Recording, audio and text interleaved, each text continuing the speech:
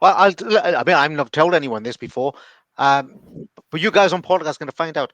I've been a member of federations and associations for as long as I've been in this industry, and some of them connected to registration. I've left recently.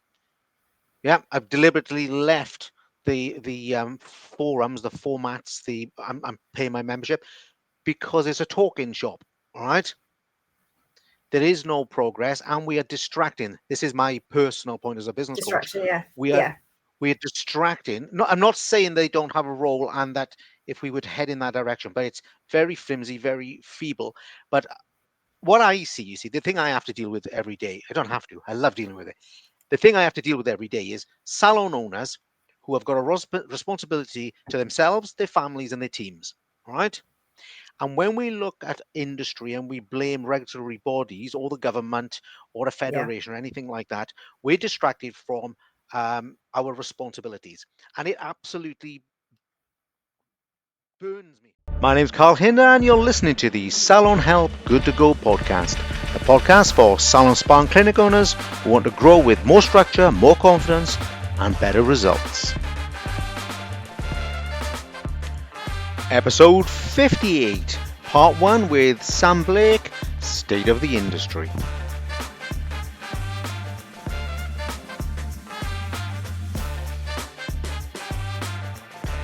If we do that in our business, sometimes it gets in the way. Sam, thanks for joining me. Do you want to kind of tell these guys who you are, what you do, and why you're here?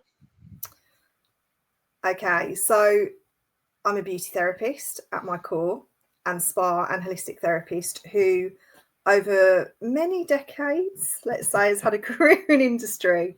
And I'm on my fourth, I think, yeah, my fourth kind of phoenix reincarnation, let's call it, within the industry. So, um, teaching for as long as I did, and working in corporate and independent and small salons like I did, both up to management level and everything else. Um, I came to a point in life where I went, what can I do to actually put back into the industry and what isn't being done? And I laugh now because I chose health and safety. I mean, how boring, how unsexy. I'm going from like, yeah. You definitely picked the most challenging subject, haven't you? Fair play. I I'm don't, I the don't know like about, I'm like I don't know about I'm the boring or whatever, but challenging. I'm the crazy, like when I was working in industry, if we were doing things like promos, I'd be spray tanned in a, Regent Street window in a great big store. And then I'd meditate and fall asleep. And I woke up and had like several, 50 odd people taking photos of me. Just so what I do now doesn't even reflect my personality because it's that kind of suited, booted, stuffy, clipboard, hard hat. I'm telling you what you need to do. And that's not what health and safety is about me. So I spent some time doing consultancy. That's not me, right? The kind of thing that you fall into when you go into this. And my ikigai and my heart is education, always has been, whether it was my clients or whether it was my students or my team. So what I do is I create safe spaces, but I'm kind of very much about changing because it's very much led by safe spaces to do with mental health and everything. That's one thing, one facet of the health linked to safety side that the Safe for Salon Geek is actually about. So I am a geek. I go right to the nth degree with anything that I do. But the bottom line is, yes, I work with people to make their systems, documents, and all of the fluff stuff that needs to be there just in case something happens, or if somebody says, well, prove it. But it's more beyond that. I'm about person-centered health, safety, well-being, and welfare, and creating a workplace and teaching people how to put the boring but necessary into how we do things here. I mean, you're really, really well known around the industry now, and you and I have known each other for a number of years. Your company, Safer Salon Geek. We don't forget, don't worry, guys. We'll get a contact out if you need to get hold of Sam on any of those fronts as we're going through. Let's start, Sam, with I wanted to start with this big umbrella thing about the industry. It drives me absolutely crazy when we talk about the salon or the hair and beauty industry. And I don't think, right? And I know that I always put myself out there. I don't think that as salon owners, we have a responsibility to the whole industry. And I think we hide behind things all the time. Right? This is kind of my bugbear. We say, oh, the industry's in a mess, therefore my salon, my business is in a mess. Uh, Are you kind of in line with that, or are you like, no, Carl? I think we should build this industry that really matters, or should we all just be So bloody getting on with it? two facets to that. Yeah, My number one belief is you are in charge of your sphere of existence. So anybody, like the people that I learned from an industry. So there was a point in my career where I ran, brilliant little salon, and there was a company that went round buying up either salons that required improvement or multi-award winning. And I was just lucky that the sister salon was multi-award winning. So I'd been through the kind of whole, what does a good quality salon look like versus working in, I'm going to put the electrolysis needle in something and keep it and staple it to the client's record card. Lasted a day there, walked out. The state of the industry, I remember the shift and change recruiting, right? I remember half my bikini line and skin being ripped off by somebody who had an accredited course, and the way that the kind of shift and change happened. And we can't go back from that. We can't go anywhere near back with regulatory reform or anything to the state of where it is now. So for me, you as a salon owner, if I was back salon salon managing or owning, I'd be all about, well, how are we creating our standards? What are we doing to put ourselves within the marketplace, within our community, as the place to go? Second to that, if you're a campaigner, if you're a bit militant, if you want to get involved in all of that, I'm kind of fill your boots. So I kind of sit in this floating thing where if that's you, I will signpost you to everything that I can for you to try and make a difference in the industry. Notice I use the word try. I feel that we're at the start of that journey, not at the end of that journey with that. Do you think, right? Just going back to that point one a little bit, so we're going to overlap. Do you think we were? And I hate this industry thing, but we've got to talk about it. Do we were a better industry 20 years ago, or do you think it was more stable 20 years ago? It's because we didn't have so many treatments, so much invasive stuff. So, Yeah, do you think it was a much simpler process, therefore it was much more stable? And yeah.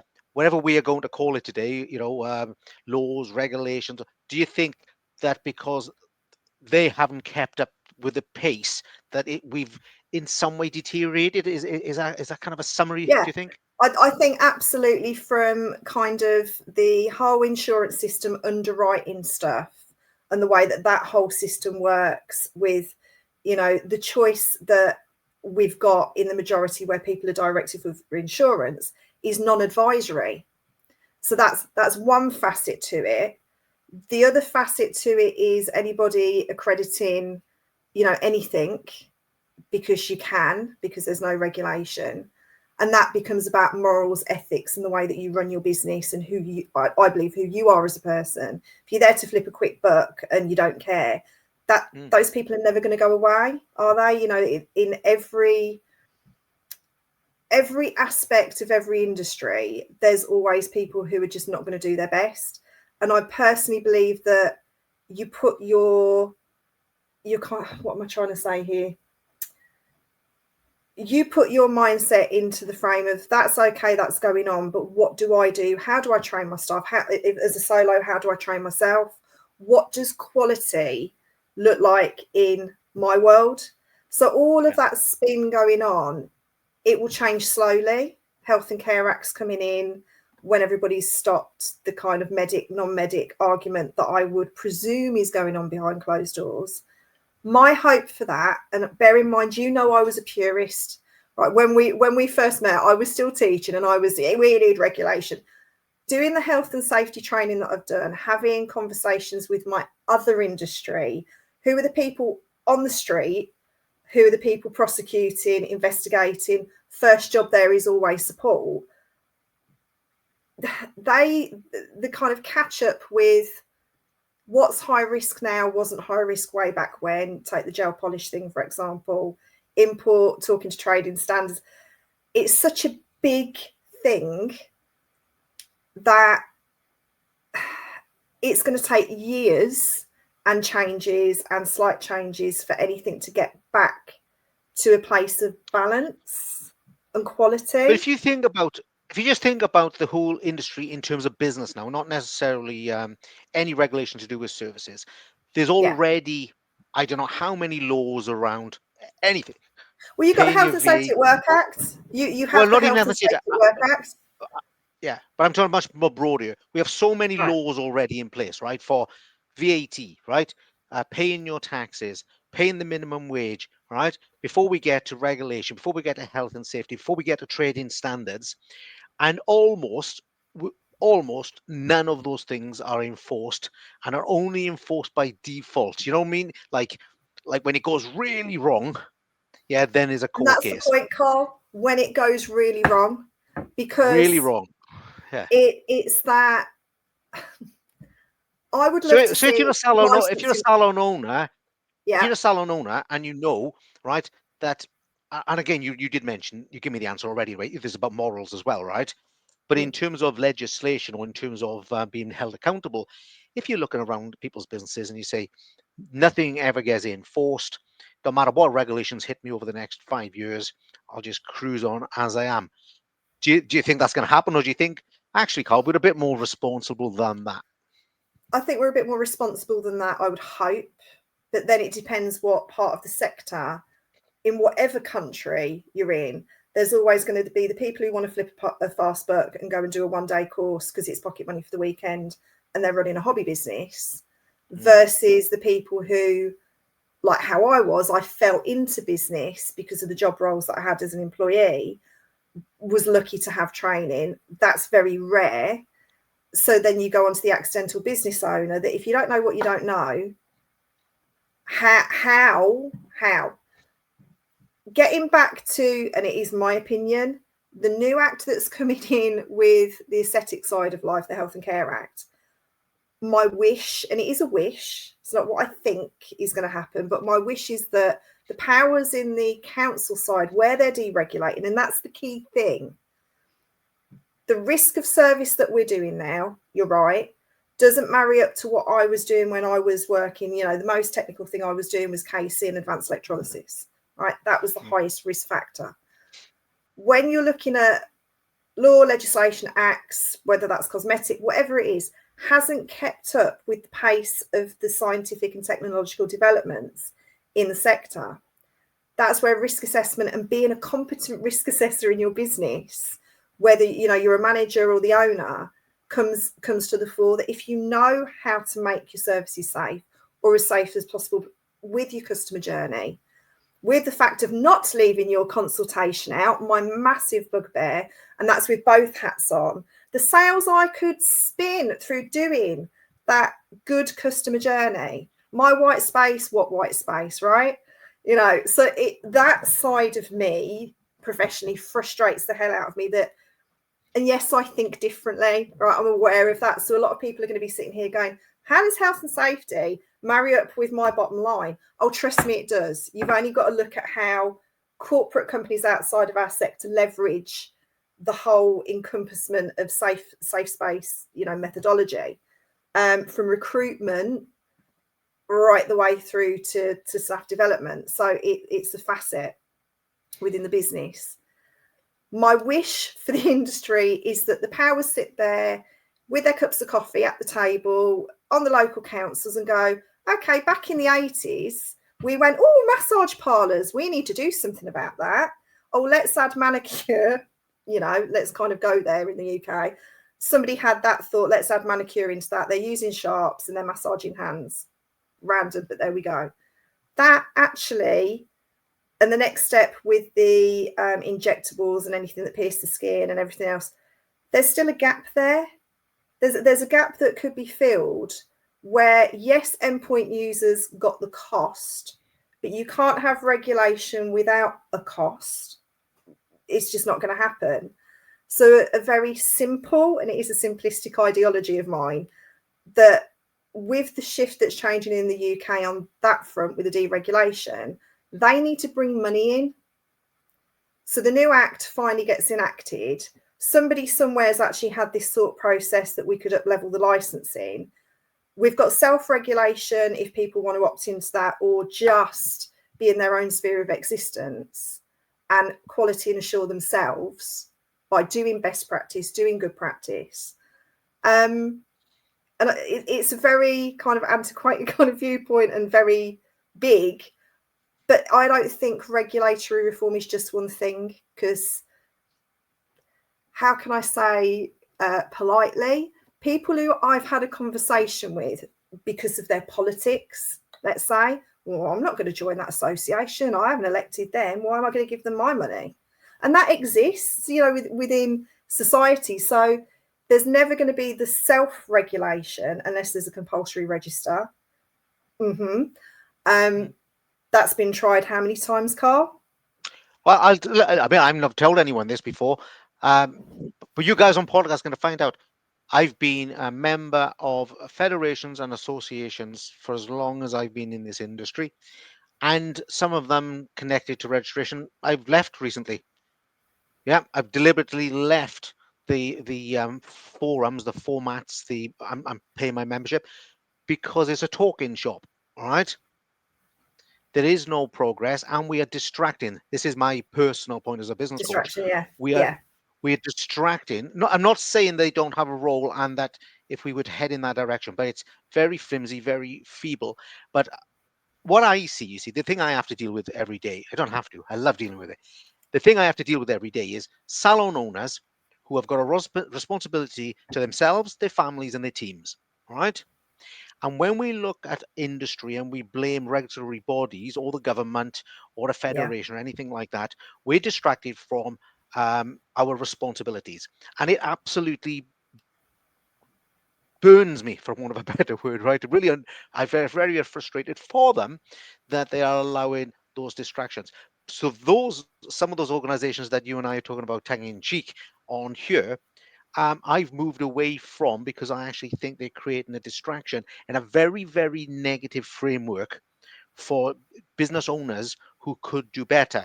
And it's a shame they're not being pulled into it in a much, much different way. It's an interesting viewpoint. It's not. I mean, I have been engrossed in this industry for as long as I can remember. You know what I mean? I've been involved. I've been the president of the NHBF in Wales. I've been the secretary. I've given up hundreds, if not thousands, of hours voluntarily to the industry. I'm not selfish about how I contribute and change things, but at the end of the day, we have to take responsibility for ourselves. And Totally that agree. comes down to a single salon owner, hair or beauty, any country, where we say, I have this team and I have to look after them at all sorts of level. I have to look after their general well-being. We've got to look after their moral well-being. We've got to look after their health and safety. We've got to look after their careers, because the more Financial, their financial, the more financial invested, well-being. yeah, the more invested we are, both financially and emotionally, at the right level. I got to take that word emotionally out of salons, because we just fall in love with our staff and never get them to do anything. But the better, yeah, we're close to our staff in the wrong ways. So, and I think we'll touch on this. I think we should talk about it in a minute. Um, you mentioned it just now. Your phrase, accidental salon owner or business owners. We'll Accidental touch on business that in a owners. moment.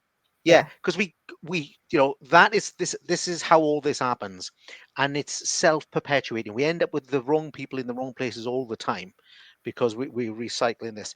Yeah, so I just kind of like spinning that out there. It's a very frustrating thing to see individual businesses looking towards an industry that generally isn't there, but damaging their own business along the way. And so I've Well, been it retracting goes it from some goes of these back organizations. to risk assessment, doesn't it? When you talk about risk assessment in industry to industry people, if they've not worked in the type of environments that you and I have, they're not going to look at business threat and look at the financial threat. You say risk assessment, everybody's head goes to, oh yeah, the tick list, health and safety that I did on my course. Yeah. You know, So that's kind of a reframing that I know you and I are on the very, very much the same page about. That's one part of your business threat. So if you don't learn the business skills, if you don't learn the negotiation skills, the people skills, if it's something that you haven't got, the functional skills, God help us all, taking functional skills, maths and English out of apprenticeships, my educator head shuddered. I used to teach key skills and embed it into the beauty curriculum at one of the colleges that I worked at, was in charge of it in effect. So I know the value of when you get naturally the kids who are attracted to our industry, and the way that the I'm going to call it bias from schools, how people are manoeuvred into our industry. And that's the other fear factor from the level of service and where particularly beauty goes. How Industry, do we attract right? kids? Well, let's not just do kids now, right? Because let's attract 20-year-olds and 30-year-olds, right? How do we Yeah. attract people? I mean, generally, kids in the education, secondary school system, etc., has a big part to play in this. How, how do I, right, genuinely go to my children and say, there's a great career opportunity in this salon, spa, or clinic, right? And you should go there because of what? What could I genuinely? And I'm not talking about individuals. Honest to God, I have amazing clients. I have some amazing salons, and if I could just say it was one particular spa or clinic, but I'm talking about the plethora of salons that we see in our high streets and towns and villages. What could I genuinely say to some 16-year-old? Go and join this organization because it's going to give you what? You can't say a damn thing. You've got to show them. You've got to take. You've got to put. So all of the other effort that goes elsewhere. What I'd love to see is people engaging with careers days and things like that within the local school. So, good example, my daughter's school. We go up there. There's one apprenticeship company. There's not one local salon there who would inspire, this is what we do, this is how we train, look at these brilliant things we've done, we've got in frauds. There's none of that. It was, the kind of whole marketing of the apprenticeship there. I kind of went, oh, and my daughter went, well, that's disappointing. She said, that doesn't show the flavours of your industry, does it? And it's even down to that side of it, of what they're being presented with at grassroots level. So I'd love there to be more engagement. I'd love people to take back work experience. And I know that, and it comes back round circle to the bias of who gets sent even. But I think if you don't educate the educators and the education system into the amazing stuff within the industry, doesn't matter what you say, it's about what you do. So you get that group of people in the palm of your hand, and you're telling them about your experiences and everything else. You sell yourself, don't you? People buy people. And if you're going, oh, it's a great career and this is hairdressing and you learn this, that's not actually giving real world experience. So one of the things that I think lacks with, let's call them the powers, is that side of the marketing not being pumped out and sent to schools, or that environment to say this is a brilliant career and this is a brilliant career, and look at the spectrum. The only people who've kind of touched on that I've seen is the British Beauty Council, but that was all STEM based. That was all and it just kind of like, I was like, oh, okay, yeah, you can do your cosmetic chemistry and all of that and get the academic route, but you can go on a cruise liner. I know friends who went on cruise liners for like 4 years and came back and bought a flat, outright. There's not enough of that aspirational side to the industry. Absolutely. And do you know what? So I'm sat, thinking, there's tiers of salons, spas, and clinics.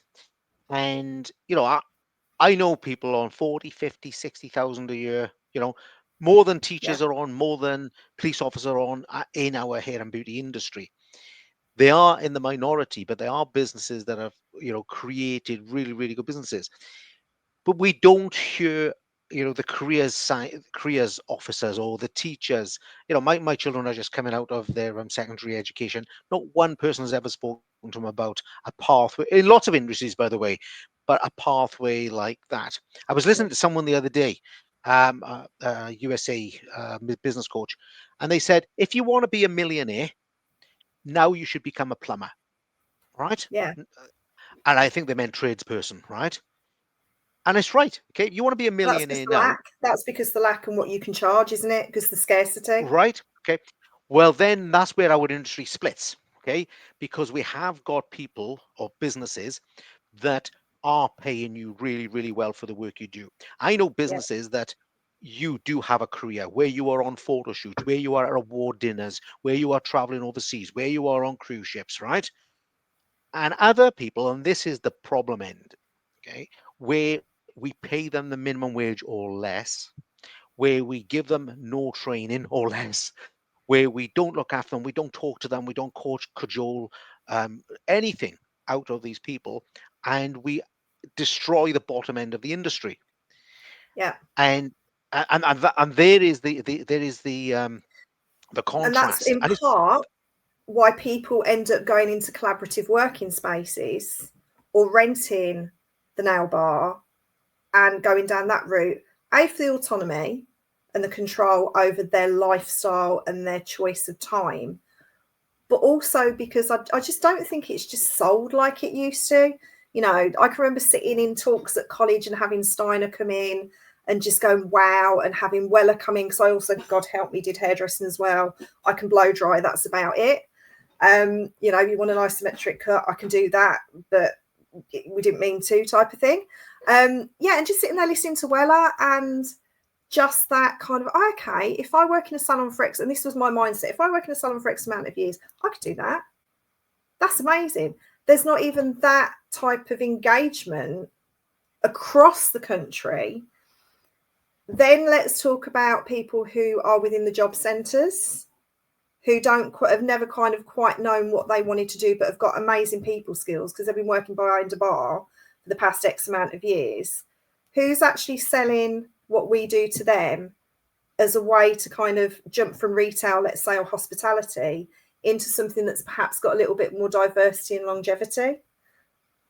Don't know, just to throw that one in there as a yeah. thought. Well, look, there's one here. I'm really let's do that accidental owner, and then I got a big one for Yeah. you, right? Okay. So the accidental owner, okay, or the accidental business owner. I mean that's self-explanatory, but we'll talk that through in a moment. I've got this thing, and this is years and years and years going back now. 25. I can't remember how long ago I started my salons, but it was a long time ago. I was that salon owner going into schools, right? I used to go and do presentations. I used to teach a course in schools on business, right? But linked to my industry or linked to our industry. It was my industry at the time, linked to our industry. And I wanted to know why we didn't stipulate a minimum academic entry into our industry, right? And there's all sorts of reasons. And this is not about creative capability, right?